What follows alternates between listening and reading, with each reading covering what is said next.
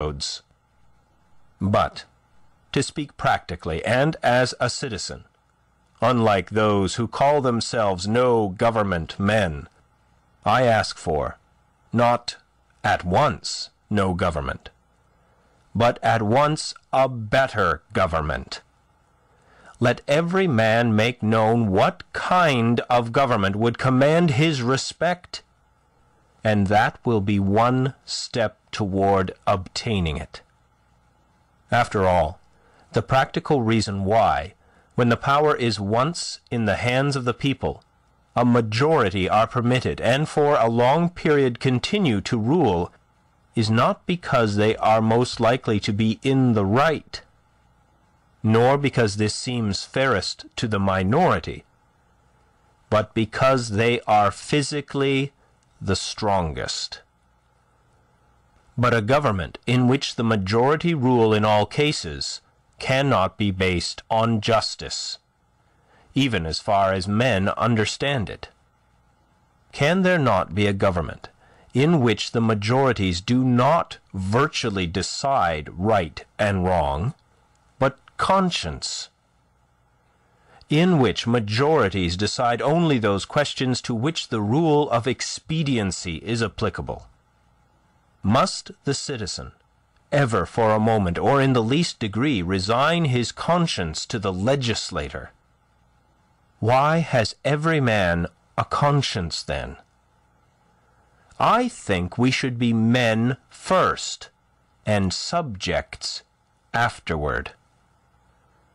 It is not desirable to cultivate a respect for the law so much as for the right. The only obligation which I have a right to assume is to do at any time what I think right. It is truly enough said that a corporation has no conscience. But a corporation of conscientious men is a corporation with a conscience. Law never made men a whit more just, and by means of their respect for it, even the well-disposed are daily made the agents of injustice. A common and natural result of an undue respect for the law is that you may see a file of soldiers, colonel, captain, corporal, privates, powder monkeys, and all, marching in admirable order over hill and dale to the wars, against their wills, aye, against their common sense and consciences, which makes it very steep marching indeed, and produces a palpitation of the heart. They have no doubt that it is a damnable business in which they are concerned. They are all peaceably inclined. Now, what are they? Men at all? Or small movable forts and magazines at the service of some unscrupulous man in power? Visit the Navy Yard, and behold a Marine, such a man as an American government can make, or such as it can make a man with its black arts, a mere shadow and reminiscence of humanity, a man laid out alive and standing and already, as one may say, buried, under arms, with funeral accompaniment, though it may be not a drum was heard, not a funeral note, as his course to the rampart we hurried, not a soldier discharged his farewell shot o'er the grave where our hero was buried. The mass of men serve the state thus, not as men, mainly, but as machines, with their bodies. They are the standing army, and the militia, jailers, constables, posse comitatus, etc.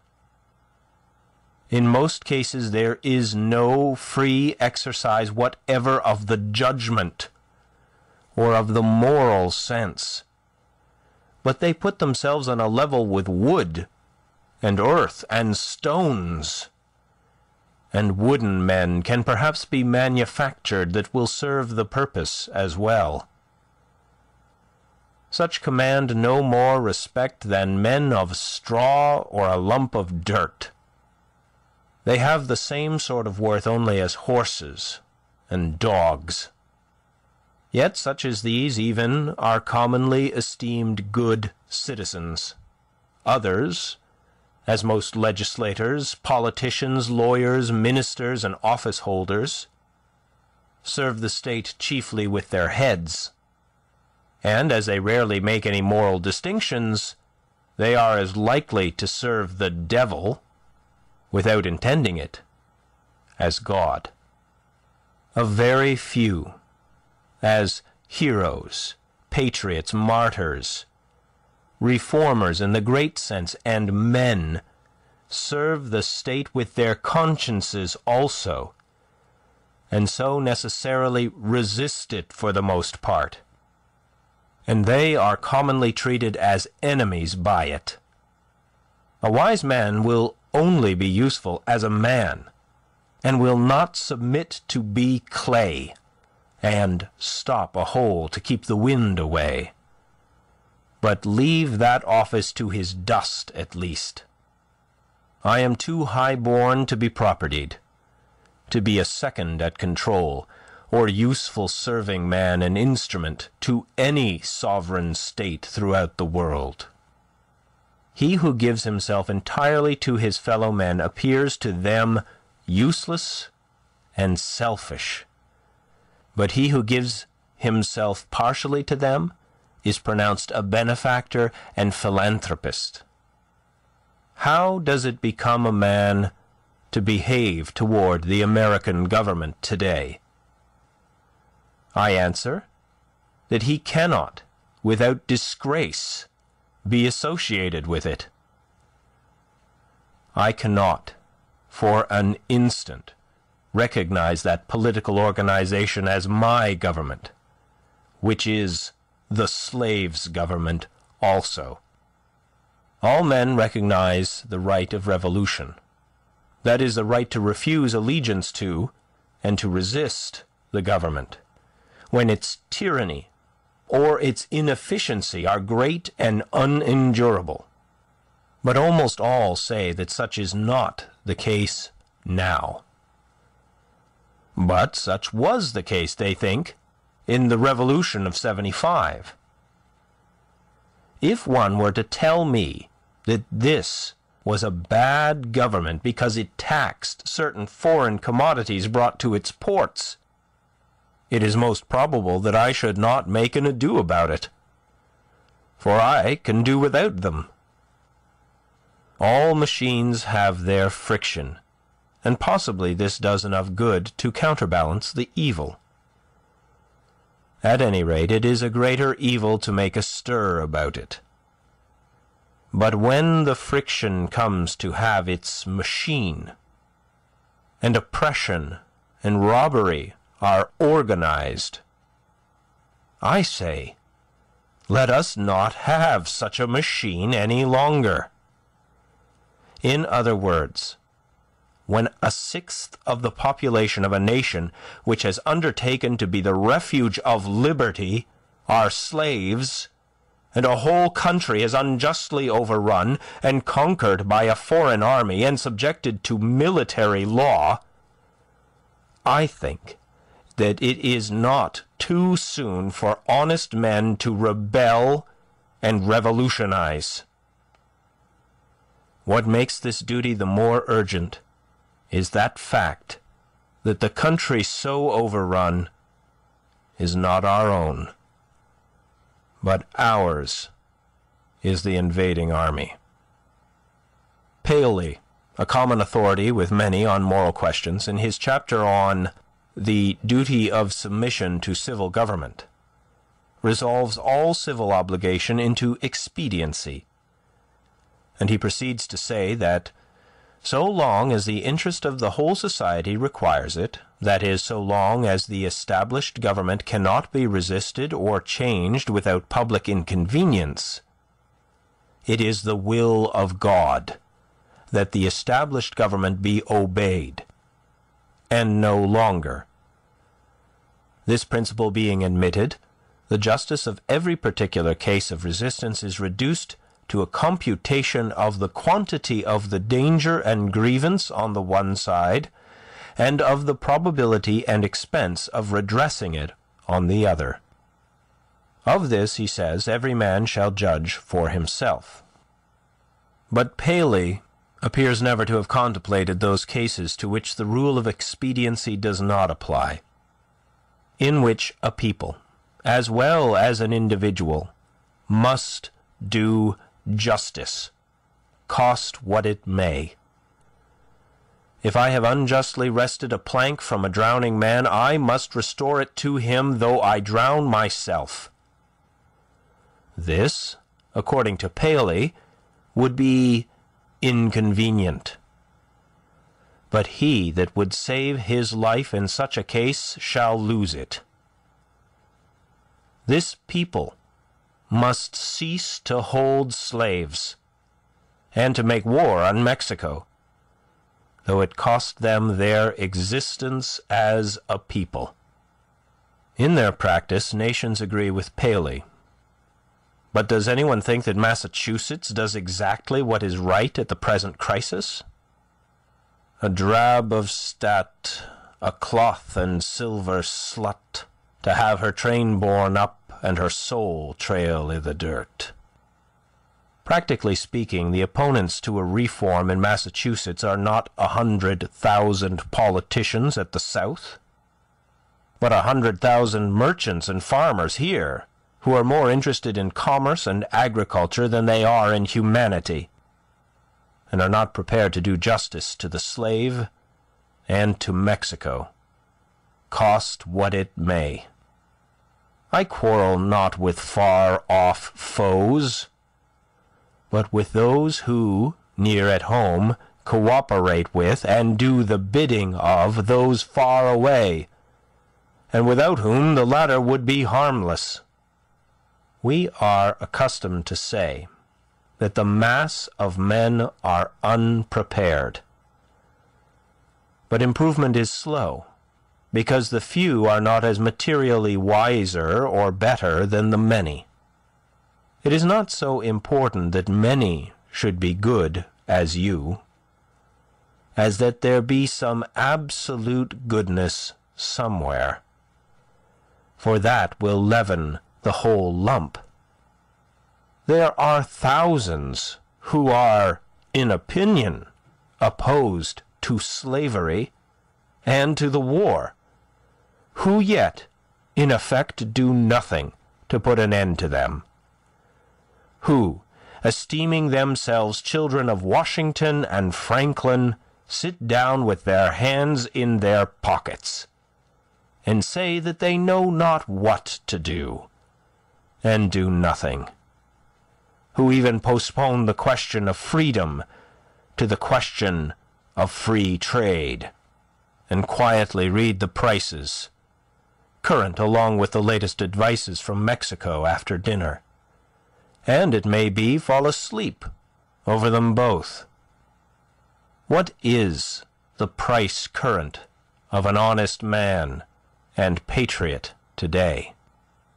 They hesitate, and they regret, and sometimes they petition, but they do nothing in earnest and with effect. They will wait, well disposed, for others to remedy the evil, that they may no longer have it to regret. At most, they give up only a cheap vote and a feeble countenance and Godspeed to the right as it goes by them. There are 999 patrons of virtue to one virtuous man.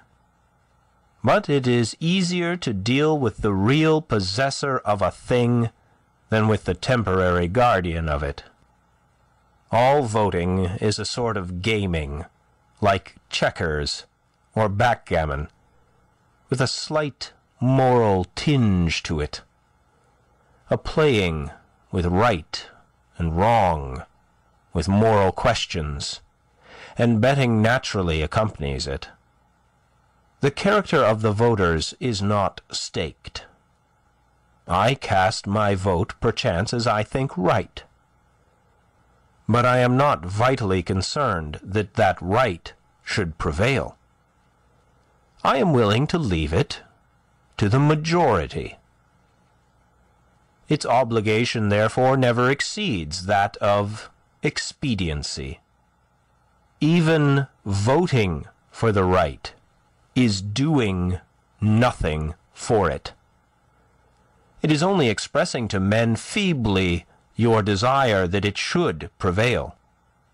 A wise man will not leave the right to the mercy of chance, nor wish it to prevail through the power of the majority. There is but little virtue in the action of masses of men. When the majority shall at length vote for the abolition of slavery, it will be because they are indifferent to slavery, or because there is but little slavery left to be abolished by their vote. They will then be the only slaves. Only his vote can hasten the abolition of slavery who asserts his own freedom by his vote. I hear of a convention to be held at Baltimore, or elsewhere, for the selection of a candidate for the presidency, made up chiefly of editors and men who are politicians by profession. But I think, what is it to an independent, intelligent, and respectable man what decision they may come to? Shall we not have the advantage of this wisdom and honesty nevertheless? Can we not count upon some independent votes? Are there not many individuals in the country who do not attend conventions? But no, I find that the respectable man, so-called, has immediately drifted from his position and despairs of his country, when his country has more reasons to despair of him.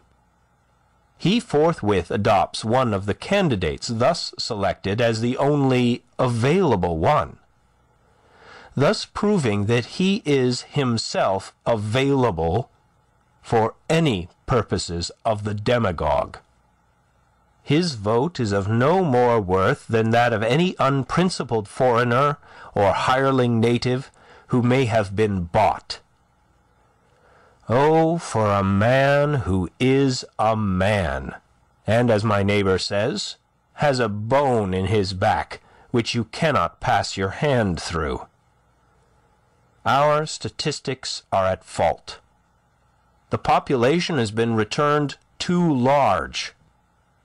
How many men are there to a square 1,000 miles in the country? Hardly one. Does not America offer any inducement for men to settle here?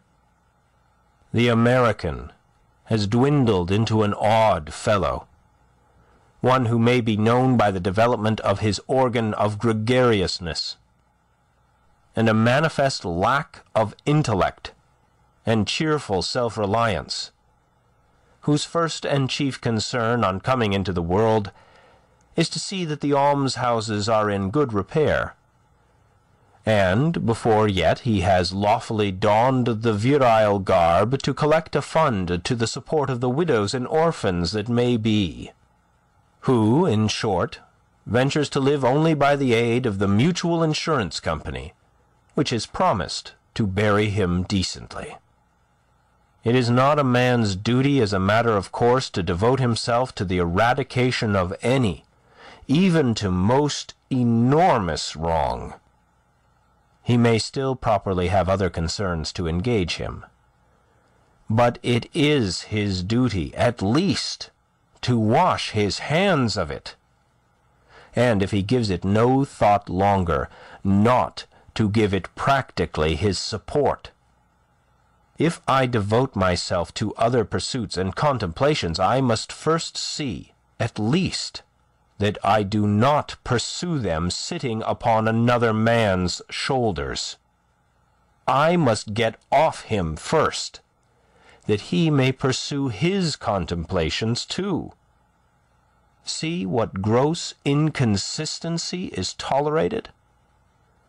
I have heard some of my townsmen say, "I should like to have them order me out to help put down an insurrection of the slaves, or to march to Mexico.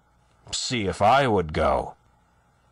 And yet these very men have each, directly, by their allegiance, and so indirectly, at least, by their money, furnished a substitute. The soldier is applauded who refuses to serve in an unjust war by those who do not refuse to sustain the unjust government which makes the war, is applauded by those whose own act and authority he disregards and sets at naught, as if the state were penitent to that degree that it hired one to scourge it while it sinned, but not to that degree that it left off sinning for a moment. Thus, under the name of order and civil government, we are all made at last to pay homage to and support our own meanness. After the first blush of sin comes its indifference, and from immoral it becomes, as it were, unmoral, and not quite unnecessary to that life which we have made. The broadest and most prevalent error requires the most disinterested virtue to sustain it. The slight reproach to which the virtue of patriotism is commonly liable, the noble are most likely to incur. Those who, while they disapprove of the character and measures of a government, yield to it their allegiance and support, are undoubtedly its most conscientious supporters, and so frequently the most serious obstacles to reform. Some are petitioning the state to dissolve the Union, to disregard the requisitions of the President. Why do they not dissolve it themselves, the union between themselves and the state, and refuse to pay their quota into its treasury? Do not they stand in the same relation to the state that the state does to the Union? And have not the same reasons prevented the state from resisting the Union which have prevented them from resisting the state? How can a man be satisfied to entertain an opinion merely and enjoy it? Is there any enjoyment in it, if his opinion is that he is aggrieved? If you are cheated out of a single dollar by your neighbor, you do not rest satisfied with knowing you are cheated, or with saying that you are cheated, or even with petitioning him to pay you your due. But you take effectual steps at once to obtain the full amount and see to it that you are never cheated again. Action from principle, the perception and the performance of right, changes things and relations. It is essentially revolutionary, and does not consist wholly with anything which was. It not only divided states and churches, it divides families. Aye, it divides the individual, separating the diabolical in him from the divine. Unjust laws exist. Shall we be content to obey them? Or shall we endeavor to amend them and obey them until we have succeeded? Or shall we transgress them at once? Men generally, under such government as this, think that they ought to wait until they have persuaded the majority to alter them. They think that, if they should resist, the remedy would be worse than the evil. But it is the fault of the government itself that the remedy is worse than the evil. It makes it worse. Why is it not more apt to anticipate and provide for reform? Why does it not cherish its wise minority? Why does it cry and resist before it is hurt? Why does it not encourage its citizens to put out its faults and do better than it would have them? Why does it always crucify Christ and excommunicate Copernicus and Luther and pronounce Washington and Franklin rebels? One would think that a deliberate and practical denial of its authority was the only offense never contemplated by its government. Else, why has it not assigned its definite, its suitable and proportionate penalty? If a man has no property, refuses but once to earn 9 shillings for the state, he is put in prison for a period unlimited by any law that I know, and determined only by the discretion of those who put him there.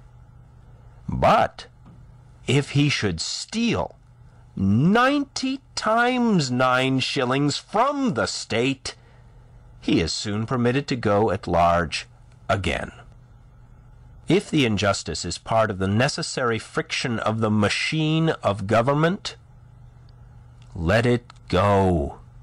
Let it go. Perchance it will wear smooth. Certainly the machine will wear out. If the injustice has a spring, or a pulley, or a rope, or a crank, exclusively for itself, then perhaps you may consider whether the remedy will not be worse than the evil. But if it is of such a nature that it requires you to be the agent of injustice to another, then I say break the law. Let your life be a counter-friction to stop the machine. What I have to do is to see, at any rate, that I do not lend myself to the wrong which I condemn. As for adopting the ways the state has provided for remedying the evil, I know not of such ways. They take too much time, and a man's life will be gone. I have other affairs to attend to. I came into this world not chiefly to make this a good place to live in, but to live in it, be it good or bad. A man has not everything to do, but something. And because he cannot do everything, it is not necessary that he should be doing something wrong. It is not my business to be petitioning the governor or the legislature any more than it is theirs to petition me. And if they should not hear my petition, what should I do then? But in this case, the state has provided no way. Its very constitution is the evil. This may seem to be harsh and stubborn and unconciliatory, but it is to treat with the utmost kindness and consideration the only spirit that can appreciate or deserves it. So is all change for the better, like birth and death, which convulse the body. I do not hesitate to say that those who call themselves abolitionists should at once effectually withdraw their support both in person and property from the government of Massachusetts, and not wait till they constitute a majority of one before they suffer the right to prevail through them. I think that it is enough if they have God on their side, without waiting for that other one. Moreover, any man more right than his neighbors constitutes a majority of one already. I meet this American government, or its representative, the state government, directly and face to face once a year, no more, in the person of its tax gatherer. This is the only mode in which a man situated as I am necessarily meets it. And it then says distinctly, "Recognize me."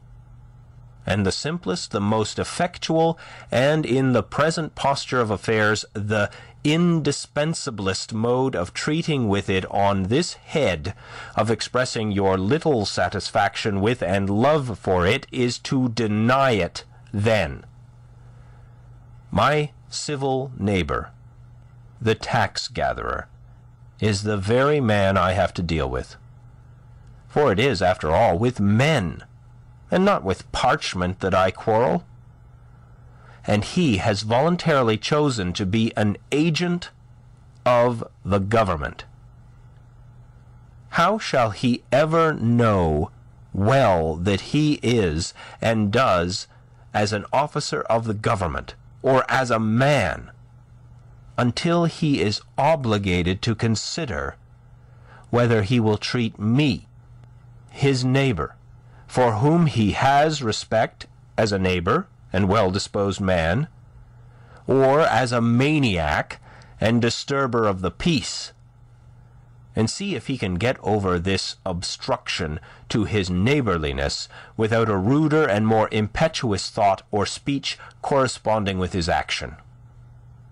I know this well, that if 1,000, if 100, if 10 men whom I could name, if 10 honest men only, aye, if one honest man in this state of Massachusetts, ceasing to hold slaves, were actually to withdraw from this co-partnership and be locked up in the county jail, therefore, it would be the abolition of slavery in America.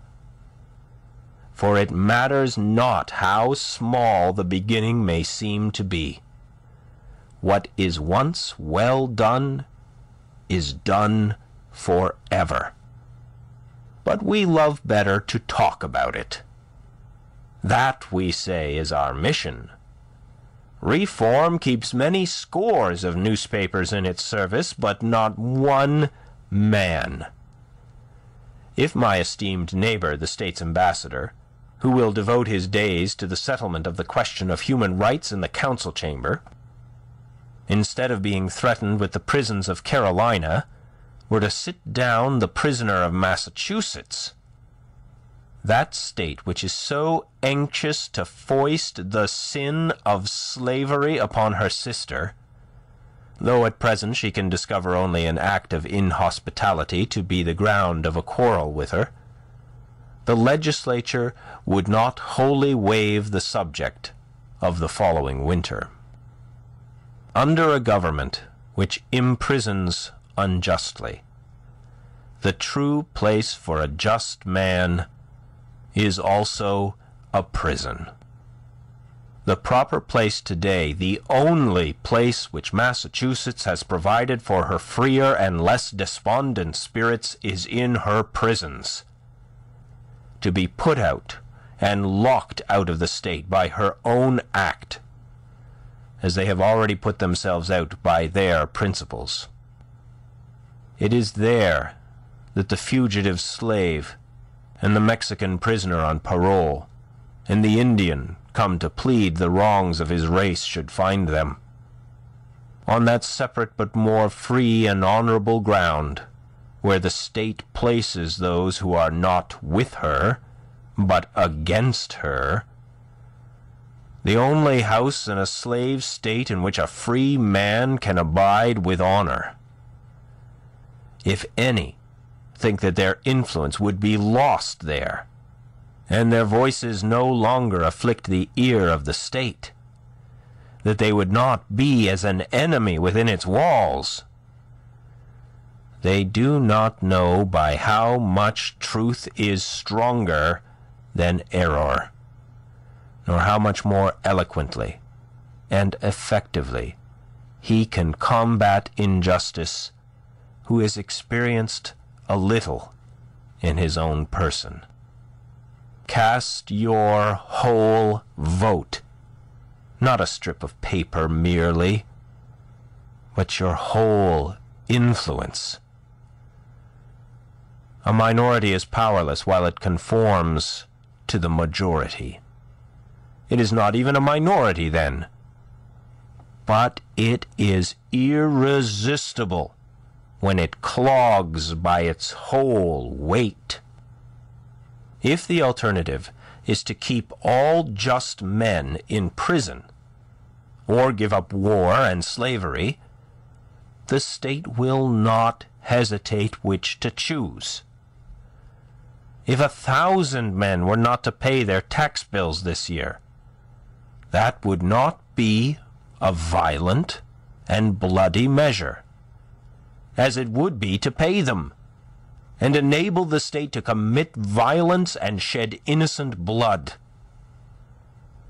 This is, in fact, the definition of a peaceable revolution, if any such is possible. If the tax gatherer or any other public officer asks me, as one has done, "But what shall I do?" my answer is, if you really wish to do anything, resign your office. When the subject has refused allegiance, and the officer has resigned from office, then the revolution is accomplished. But even suppose blood should flow, is there not a sort of blood shed when the conscience is wounded? Through this wound, a man's real manhood and immortality flow out, and he bleeds to an everlasting death. I see this blood flowing now.